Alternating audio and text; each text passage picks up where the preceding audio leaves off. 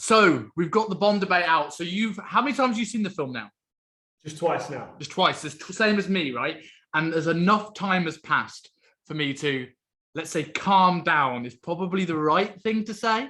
What were your initial, overall thoughts before we break it down?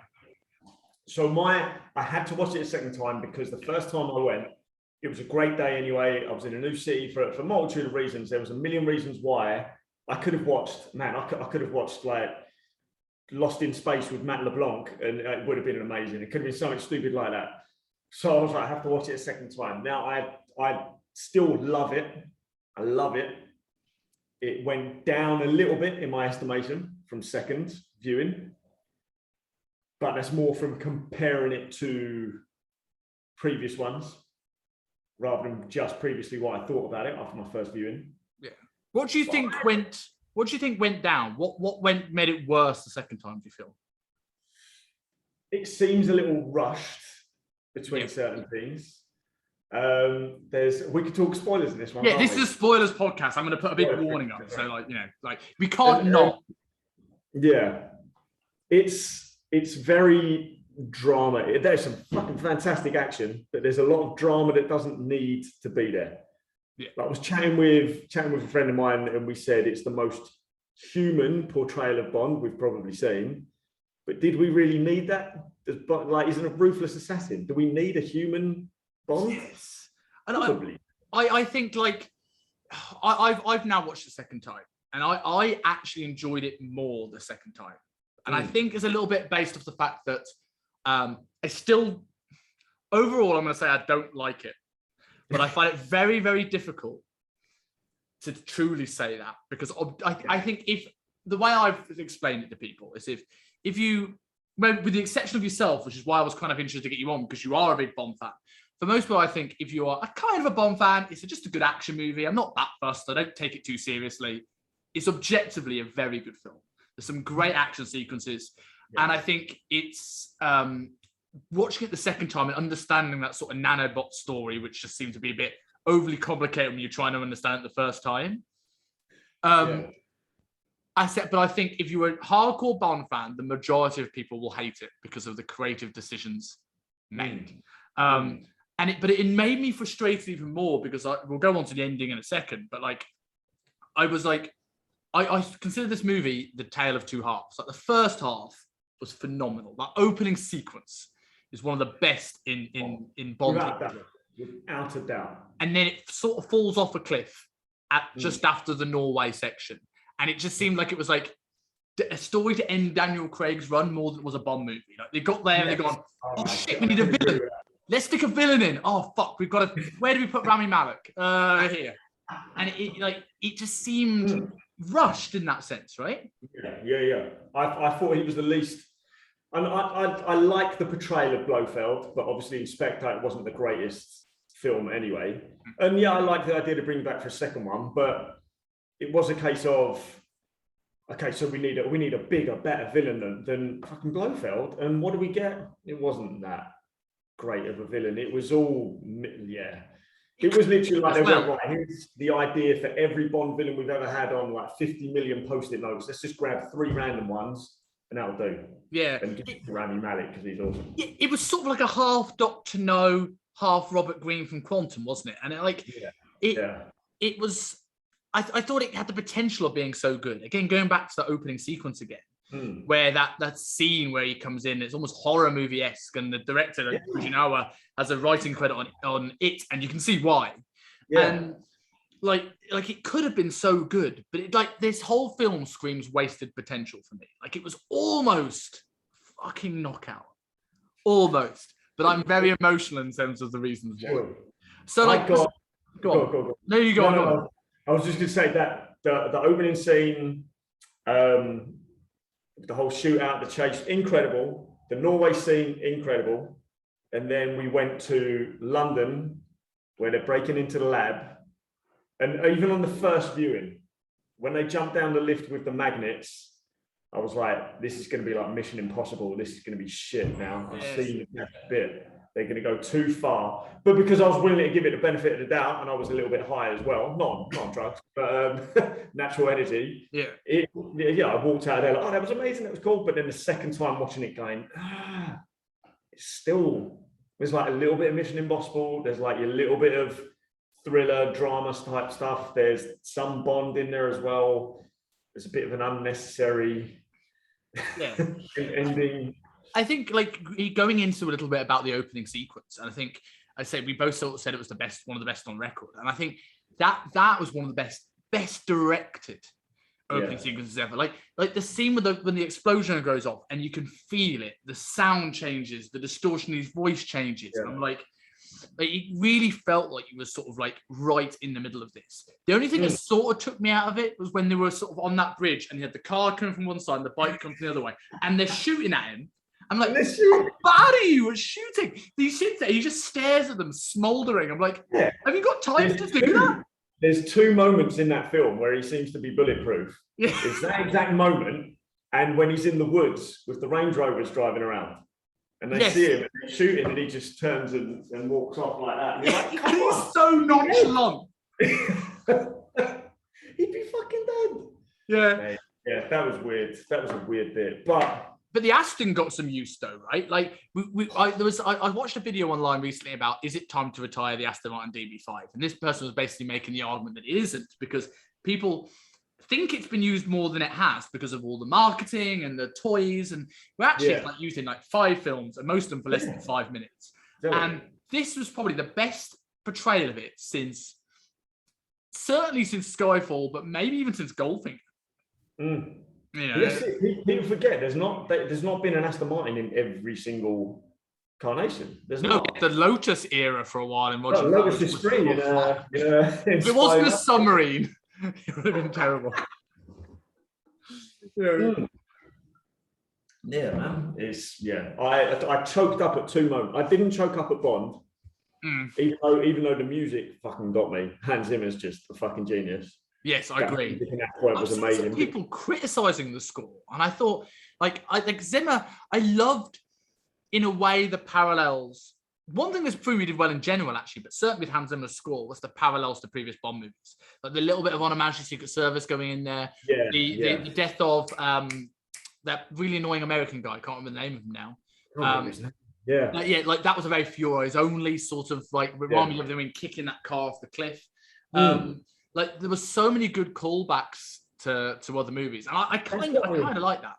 That's why I like Spectre, because there's a lot of those in there as well. There's a lot of those in there. That's why I kind of like Spectre as a film.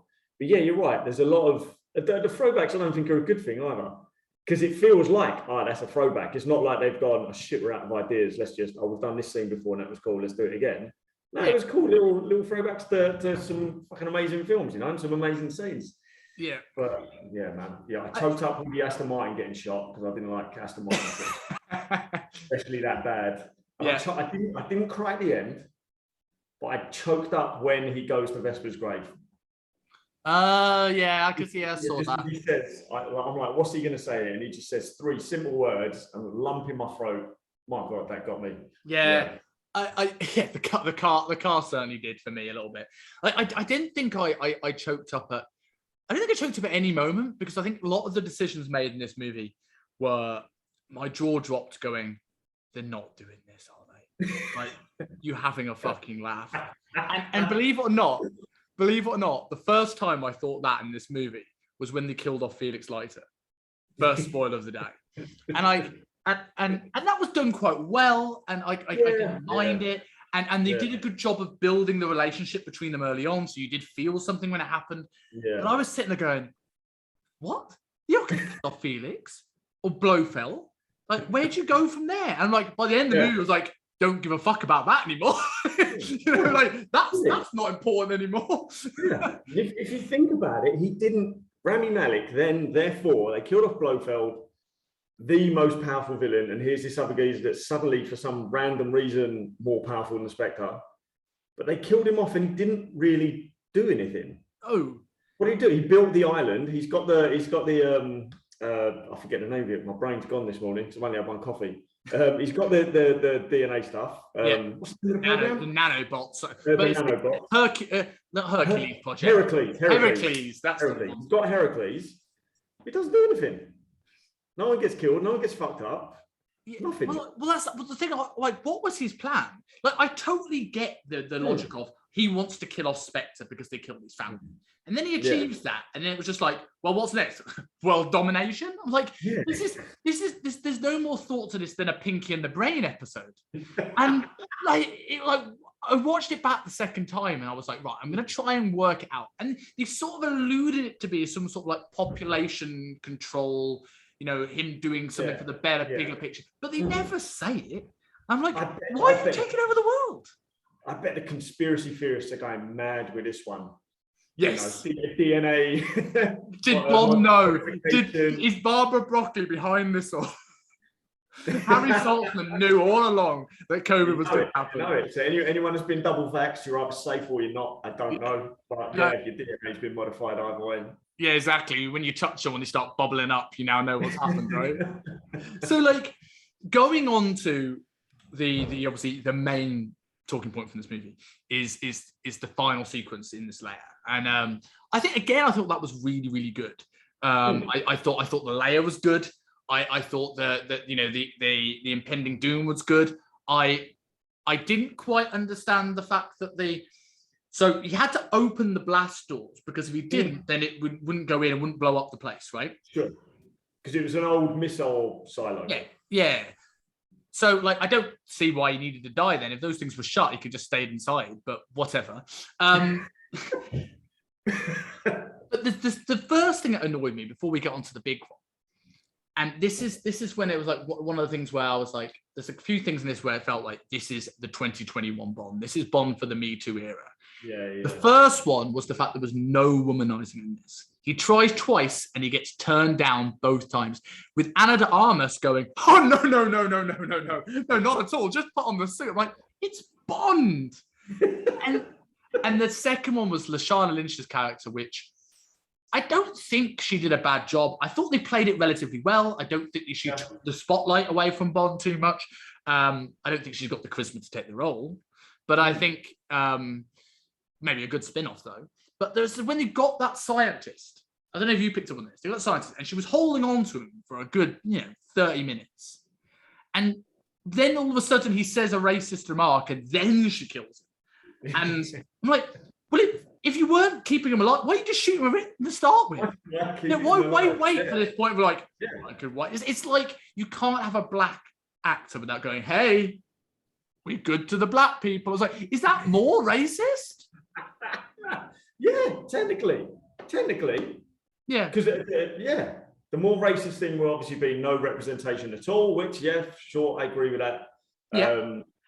But then to keep making points about it, surely isn't it? Wouldn't it be racist if I did like the old David Brent, brought in a black man and went, look, everyone, I've got a black friend. Look, black, this is my friend, but he's black. That's racist. Exactly. And if you compare that to Q being gay, that was given away earlier in the film, was just a passing comment and no one gave a shit. Why? Because it's not a big deal. Like, doesn't matter. Yeah. You do you. Little bit extra character development for his final film, because I assume they're going to roll over characters, but I could be wrong. I think, I know we're going to go on to who we think is going to play the next Bond in a second, but I think they're waiting to cast the next one because they want to see what the feedback is of this. Whether people go, oh, it's so progressive and amazing, then they're going to do something fucking terrible, or they're going to go, oh, that was the worst decision ever, which is the camp I'm in, and then they're just going to reboot the franchise again with losing 60 odd years of history. And what was your thoughts? Saying you loved the movie, what was your thoughts on them killing off James Bond? So I would have been, okay, so they did it, and it is a bit more of it felt a lot more like this is Daniel Craig's final thing, and there ain't going to be anyone after it. Well, even though there ain't going to be anyone that can match him for a while, so let's make it the exact final ending and kill him off, which they didn't have to do. They could have given him the happy ending. He's retired, the big enemies are gone, drives off into the sunset with the girl and the kid, And some people would have been annoyed at that, and some people wouldn't have been annoyed. I would have been annoyed with how badly he got shot up if he had somehow appeared in that car at the end of the scene and they're like, oh, he just found a way off the island. Or you saw him jump off or something like that. Well, he's not going to swim across because he's been shot multiple times and he's bleeding like a mofo. That would have annoyed the fuck out of me if they'd just done that. Just gone, oh, he's Bond. Of course he's fine. But it does feel a lot more like, again, they didn't need to kill him off because they've never done that in any changeover of the actor whatsoever. So it's not essential that no one's assuming it's the exact same fucking geezer every time anyway. Yeah, but I think the big point about that is like in the sense of, yes, we all know it's a bit silly. He gets younger every 10 to 15 years. Yeah. He's been the same age since the 60s. But the whole, like, they've debunked this thing of James Bond as a code name for years, right? It's completely debunked. Skyfall put an end to that with the graves of the parents. And I get they rebooted the franchise with Casino Royale, but it's supposed to be one narrative thread of one single man. And this is my same argument of not having Idris Elba. And it's not that I don't have any issues with a black man playing the role. I think this may open up. I'm less against Idris now, you know, after this. But it's like having, I always use this example, but it's almost terrible, really, because actually this would be epic. But it's like having Michael Gambon for 4 Harry Potter movies play Dumbledore and then have Morgan Freeman randomly with no explanation. And that's better because it's a magic thing. I know they did it to Felix. I know they did it to Moneypenny. But it's supposed to be one narrative thread of one man. And there's so much history tied up in this that I just think it potentially is disastrous for what the future of the franchise for killing off this character. Where do you go? You've painted yourself into a huge corner. They really have. They've put a lot of pressure on this next one now for the actor and for the actual movie whenever it comes around. That's a lot of pressure because there was a phenomenal franchise who's had like 50% great, 50% not so great. But it's, you know, loads of people walking around going, oh, he's the best Bond. And he's a new, you know, generational Bond for a lot of people. So it's a lot of pressure for whoever the next person is because they're like, well, you're going to have to beat this geezer to be killed off. But we still don't really know, like, you can't go by box office records. We still don't know if people actually think it's good or not, really. And the US so far has bombed, and I think it's because spoilers came out. Really? Yeah, I think it's because spoilers came out of the UK, and then they were like, I don't want to see Bond die. And I don't know how much I'm against that. I don't want it to bomb, and I do. I do want to point to you, mate, as like, you don't do this. And the woman who's got the creative license probably of making this decision is by the way, is also involved in the next Indiana Jones movie. So watch this space of all the male characters in cinema now. I've sent you a post. So I wonder what killing off all strong male characters in Hollywood for the sake of diversity is going to do to male mental health in 10 years. Yeah. And it's like, as a British guy as well, I think like we don't get much. We don't get many strong white British men as massive icons in Hollywood. It's like Americans and like it's a similar thing now. If you went down a woman's route for the next James Bond, you'd have to change so much of the franchise. It became his daughter or that black girl. You'd have to change so much of the franchise that it wouldn't be recognizable anymore. And it's almost, again, like the point of the racism thing. It's more sex to say you can't draw your own film, but have ours. We'll do the marketing for you. You go on, sweetheart. You know, you do that. And I just like, I can't see how this isn't going to be incredibly damaging with the franchise. I left that cinema angry, less inclined to watch the next one. Yeah. Not more excited. Yeah. But there's so much in here on who it's going to be. You know, obviously I assume nothing's decided even behind the scenes yet. But they probably know who they're looking at, whatever, and all that. But I don't know, man. I'd also, as much as I can see decent spin-offs coming from it, I don't want them to do a spin-off either. Because to me, that just feels cheap. I don't mind a spin-off because it's Amazon have bought MGM, right? So there probably will be like TV shows. There probably will be then, won't there? Yeah. I don't mind that as long as it's not Bond. So like Bond is in it. Like Lashana Lynch, this female black, call her 006, whatever. Yeah. Brilliant. I'll watch it. Like, you know, awesome. Maybe she'll be as good in 10, 20 years. But I certainly don't want to water down the James Bond franchise. And I think you've already watered him down by killing him off, because now it's become a bit like Doctor Who. You just put a new guy in. Where do you think they go from here? Do you think they cast someone completely different? Do you think they have Bond as a code name? Like, as in, like, now they put the code name thing and go, you're now Bond. You could be called James. You could be called James Bond as a code name, as a tribute, or do you think they'll just forget all about it, reboot the franchise, and pretend it never happened? I'd like to, because let's not forget, it's all, even though there's not a single film that is named 007 and then the film name, or even James Bond and then the film name, it's Bond stories. Yeah. So, do they do, which will be a bit cheap as well, do they do some sort of prequel? They've already done that. It's Casino Royale. Yeah. Like, are they all going to be telling stories? Even before that, even earlier than that. Oh, no. I can see them doing it. I can see them going way, way back. This is his childhood story. This is his orphan story. This is his military service. This is how he got into the Secret Service. These are his first kills. It's got to be modern, though, right? Like, my dad was one that complained when Casino Royale came out, going, well, it should have been set in the 60s or something like that. I'm like, no. Bond is about the cars and the gadgets and the locations. It's like, you can't do it in the past. And the issue they've also got is, as they do modernize it, like we saw with the magnets, the chance they're going to want to make it even more futuristic, it's just going to turn into a shit, silly, like, version of Mission Impossible, so to speak. Which is, and I think there was a lot of things in this that made me concerned it was going down that path. I'd like to see them start with a completely new, not necessarily totally unknown, but I don't necessarily want a big name actor to take it over, even though I have my money on some people. But I have a clear favorite. I have an absolute favorite. I think it's like, do you follow rugby much? Not much. Okay. You're a football guy. Less. But more so, right? But it's like saying, if I'm picking an All Black side, if Richie McCaw's alive, he plays. If Wilkinson's alive, he plays. If Cristiano Ronaldo is alive and on the squad, he plays. If there's Henry Cavill in the world, he's Bond. Like, there's a man who's born, his genetics have basically just said, we're going to make you James Bond. Yeah. Just wait. He's got to be. Exactly. He's too especially if, as soon as the DC, if DC was sorting its shit out and there was a good few Superman Cavill films yet to come, I could see him not taking it on, because he said he wanted it so much.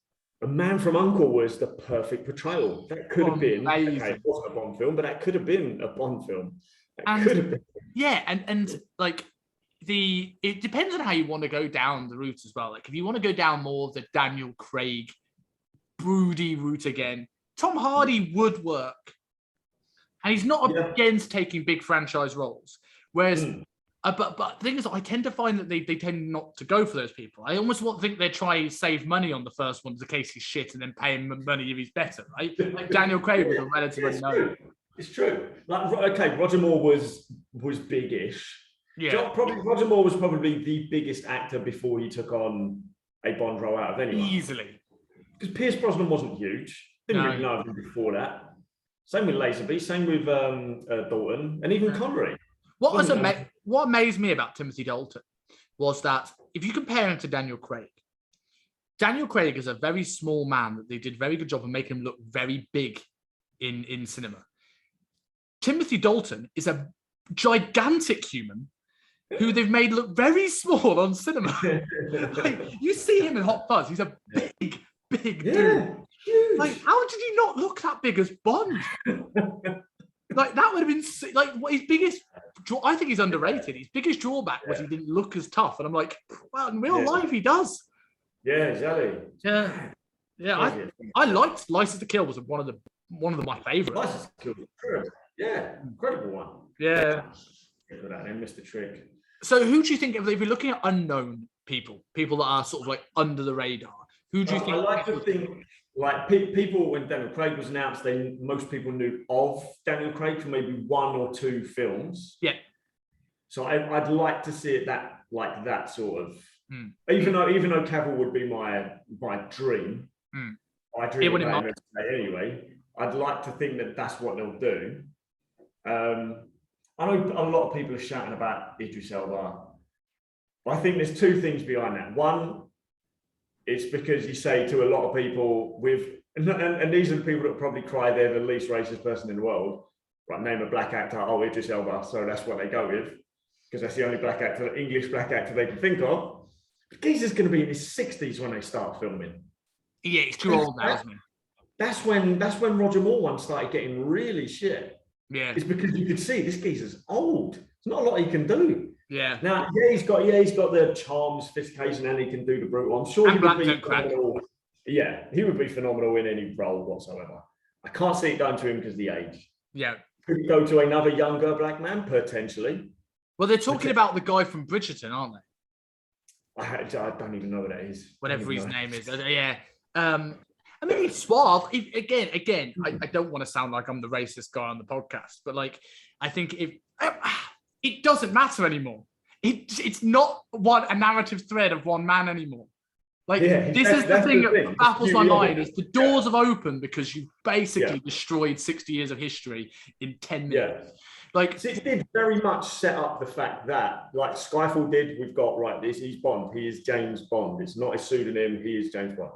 Spectre didn't really touch on it much, but obviously in this one, we've now seen there is another 007. But not another Bond. The code name is 007. Yeah. So they could go. But did you watch to the end of the credits? It said James Bond will James return. Bond, not 007 will return. James Bond will return. Like, one thing I was going to say earlier on, what I think that I would have liked it, like, as I still wouldn't have liked it. But if you wanted the get out of jail free card when they've done almost the missiles coming and killing him, when he first, because I thought they were killing him as soon as the door was introduced. As soon as the door was introduced, as soon as they did that thing, the door closed, and like, but then when he got infected with the things at the end and you couldn't touch them and see them, I had this thing in my back of my mind of this tiny bit of hope. Even though that confirmed it in his head that he was going to sacrifice himself, I thought, like, ooh, this is a way of him getting off the island. But because of him being infected, he cannot see his wife and his girlfriend and daughter again.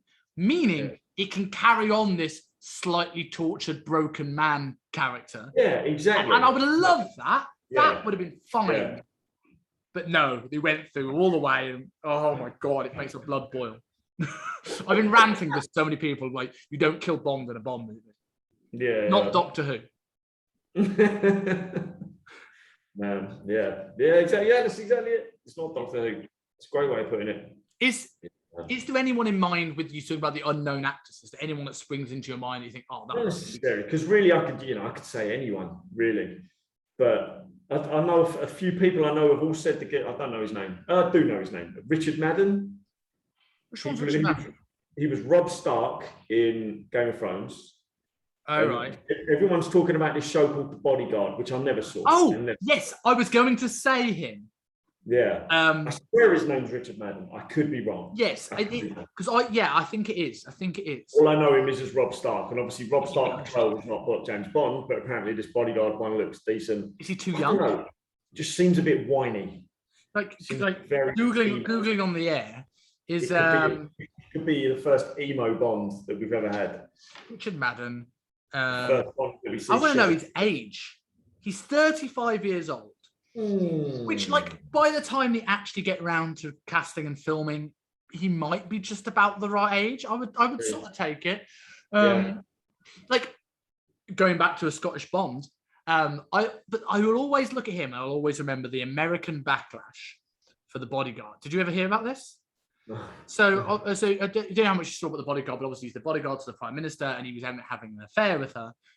And he obviously kept calling her ma'am, but in a very Scottish accent. The Americans thought he was calling her mum. And people were like on Twitter going, what is this incestual TV show on the BBC? Jesus Christ. Oh my God. I could tell, that was where I was going as well. It's like, if you're going to like recast with a semi-unknown actor, I can't think of anyone better than that. I think Tom Hiddleston, even though in The Night Manager, really good, he'd have to put on a bit of size. Yeah, have to. Yeah, have to. After Daniel Craig as well. Like that's one of the things where it's like, if you're gonna make it Bond again and not make it female, yeah, he'd have to be the first knowingly juiced up, openly juiced up James Bond we've ever had. I mean, like Henry Cavill would be a step up. Say again? Henry Cavill would be a step even further if they went down. He's a monster of a man. Fucking insane guy. Yeah. Which would be great because he's got it all. He's got the body. He can turn on the brutal, the hard. He can do emotional as well. He can do the chant. He can do the sexy. He can fucking do it all. Mission Impossible, even with the mustache, I thought Bond. That was amazing. Yeah. No, like it's got to be, doesn't it? It really. It ticks all the boxes, but I don't see them going that way. I don't see them doing it. Normally, I'd agree with you because they don't tend to go for big box office people. But it's just because he's been so vocal of wanting to do it. Yeah. Like, do you think that if you're, I think it's Saltzman's last one, but Broccoli, if you're her, you go, like, and she came out and said that she didn't want a female Bond because she said, like Daniel Craig, there should be better roles for women. And in my role, I think that's exactly the way it should be. It's great. It's a great way of putting it. Yeah. But do you think that was a ruse to throw people off the scent of killing Bond? I don't know. I'd like to think that she knows if they went with a female Bond, that franchise is dead before it's even hit the fucking cinema. And it's not to do with, it's because no one wants to watch it because she's a woman. It's because you've changed too much. It can't possibly be the same thing. It can't be the same thing. Like you can't ever make a film about a female MMA fighter winning a male major MMA championship. You can't, because there's going to be at some point that bird's going to get fucked up. Yeah. And in that world, there's going to be some point that bird's going to get fucked up. So it's just not viable at all. Yeah. And if they do that, franchise is dead. I agree, so, and I think it throws. Not to sound melodramatic, although this is going to be a melodramatic point, but it just throws a big concern in a way of a cinema. Like, I thought, like, Ghostbusters is female, Ocean's 11 is now all female, and it's the point where it's like, what is left? I thought Bond was going to be the only thing immune because it's enriched into pop culture for the last 60 odd years, and it has evolved with the times. Yes, he's a misogynistic dinosaur, to quote M in Goldeneye, but it's modernized to a degree where it's not You Only Live Twice, where Tiger says in Japan men come first, women come second. It's not a pat on the bum in Goldfinger. And like it was these things that some people were coming out with, like Fujinawa came out and said like Bond was a little bit rapey in the early ones. I'm like, no, not really. He slept with people to get information, and I'm like, has it aged well? But it's like cancelling Little Britain, isn't it? Like if everything that hasn't aged well is now bad, I was like, well, you've got no TV shows left. Yeah. But and you look at that era, different times, whatever. But no one was guys would be watching those old films and going, that's how we do it. That's how we seduce women. And women, if it was such an outrage, would have been screaming about that back then. But that was, for a lot of women, they may like to admit it or not, that was a dream. A man to take that control and just grab him and give him a kiss and whatever. I'm not a complete stranger on the fucking street, but Bond never did that. Yeah. Never did that. There was always some interaction between them beforehand, always. Yeah. But I wouldn't call it a rapey film. No. It's like... Yeah, and a Bond girl is something that, like, I've never met a woman in my life that says they wouldn't want to be a Bond girl. Like, if you get to that conversation, you all want to be. And I also think if you look back in history, like, for empowering women, Bond has been ahead of the times. You go as far as the woman that you signed into this chat as Pussy Galore. Like, how much of a badass was she? I mean, yes, some of the names like Pussy Galore, Holly Goodhead, but like a lot of them were not all of them, a lot of them are very strong, very capable females. And I think that there's got to be roles for white males to have role models. And yes, he's not the best role model in everything, but also confidence, authenticity, like those sort of characteristics of how a man should carry himself comes across very well in a Bond movie. And I think most people know the difference between those traits that they want and sleeping with married women. Yes, exactly. Yeah, 100%, man. 100%. So to go on to your final sort of question, you posed a question before this, and I thought this was really interesting to the point where I've actually written down my answers. So you put the question, if you could be your own Bond villain, what's your plan, methods, HQ, and henchman? So I'll let you start, as this was your game. Right. What is your Bond villain? Everyone always says, what Bond would you be, or what Bond villain would you be? No. Let's create our own. So I haven't decided on a name, but it doesn't matter. It could just be my own name. I would be, HQ, need a private island. But my budget is not huge. So what I've done is I've flooded the driveway between UK mainland and Canvey Island, which is about a 400-meter stretch of road that high tide comes in, high tide comes out, so you can't get in and off the island at certain times of the day or certain times of the year. I've blown up that road, so that's now Canvey Island is now mine, where I'm doing all my procedures from. My plan is simple: to put a pinprick in the manufacturing process for every single condom that is ever made. Because unlike most Bond villains who want to depopulate the world and kill everyone, I want to cause more chaos. I want to overpopulate the world, because that's when shit really hits the fan. If we depopulate the world and kill everyone, it's easy. It's only a few people. Everyone gets what they want then. If we overpopulate it, things get wild. Things get mad. I like that. Yeah. And your henchman? Oh, God, fuck, I forgot about henchman. My henchman was... I've completely forgotten. It was a wrestler. I've completely forgotten. It was literally just the wrestler being them. Because then you're like, oh, cool, another wrestler as a Bond role. Batista was epic. Batista was incredible. Batista was just great. He was a great role. That's why I like Spectre. A lot of people don't. Yeah. It was such a old school Bond movie with the lair and the henchman. Yeah. Like, I was just added the gadgets back, and I thought, oh, this is some silly humor here. I liked it. Sorry, it was a miniature version of Doink the Clown with removable metal arm. So, oh, okay, that's pretty cool. Just a little bit creepy, it's a little bit funny, it's a little bit brutal. Yeah.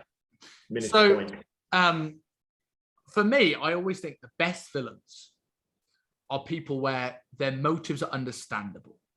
So, like, they are, in a way, they are right, but they are also, their motives to do this and are contradicting. Like, the best villains are the bad guys that kind of got a point. So the method I would use is it could be a nanobot thing, but I'm not going to say that because that's too modernistic and Mission Impossible. So I'm going to say like a nerve agent, like Goldfinger did. Sure. Yeah. And my plan would be to take out any person in the world that sells booty or Herbalife products. Because people will empathize with me, but they won't empathize with the method, which makes me a bad guy, but a flawed hero. Yeah, I can play on the fact that I'm saving the world. Like, it's awesome because that will trigger a decent amount of people as well. Yeah, good. And like then it started going into my own life. So I think I probably am going to end up a Bond villain. But like a HQ, I'm going to go with a basement gym. And the reason why is because I always said when I worked at cities that this is the perfect zombie apocalypse place. Like it's underground. There's so many locked doors. You've got food in terms of protein shakes. You've got weapons in terms of like barbells and dumbbells. And I think it would be like almost this tortured, slightly scarred gym bro who's like, like this. He got his money lost by a Herbalife scam, and his face burnt by a booty getting thrown in his face, and he's now like wants to fight back. And like henchman. I mean, I'm sort of going into my psyche here because, like, someone did say to me recently, and I won't say who, in case I get him in trouble, but I'll tell you off air. Did say that Nick Mitchell is like a Bond villain. So maybe I'm just explaining his plan. So my henchman was also going to be a wrestler. I was originally thinking someone like Roman Reigns, because he's jacked, he's cool as fuck. He felt like he could control an army. Yeah. But then I just thought Eddie Baruta. For anyone listening to this who doesn't know Eddie, he's a very angry, stern Bulgarian personal trainer. And he seems like the person that would be on my side to eliminate Herbalife from the world and use no bullshit. And I can see him with a big scar along his face or a bionic eye or something. Like just something happens to him that makes him slightly even, just tips him over that angry edge. Defo. And he just wants to, his special move is humiliating people by grabbing their Supras. What the fuck is this? What the fuck is this? He's got a weapon with like an exploding Febreze so he can spray any potential clients getting in his path. I'm not going to get done for defamation on this one. But like, just like, I think that's good fun. To finish off on something that's not like taking the mick out of people we know. Like, who is your favorite Bond to date? So for me, it's 100% Bond is Sean Connery for me, or Sean Connery is Bond. My favorite Bond films, because it was just around about not necessarily my era in terms of age, but the first ones I would see because my older brother was watching more time, are a lot of the Roger Moore ones. Spy Who Loved Me, Man with a Golden Gun, Live and Let Die. I fucking love those films. Yeah. But then you could easily take any of the other guys away, including Pierce Brosnan, even though GoldenEye I think is a great fun film, and then just carry on straight with Casino Royale, and I'd be happy. With that. The Roger Moore, I think, in a way, is underestimated. So he's not my favorite, but like Live and Let Die, like the scene where they got this funeral, and the guy goes, "Whose funeral is it? Yours." And then all of a sudden, the guy with the trumpet comes out. Gets me every time. Spy Who Loved Me was one of my favorite movies for a very, very long time in the franchise. But You Only Live Twice is probably my favorite. Yeah, I just love the silliness of America and Russia putting all their money into the space race. But this tiny little volcano layer in Japan can not only have the money to build a bigger rocket, but a bigger rocket that eats the other rockets. And I like that. And I used to have a model of little Nelly. And I just thought it's so good. The only thing that ruins it on a run back is one. I can't remember the actor's name now. Mine's gone blank. It's been too long since I've had a coffee.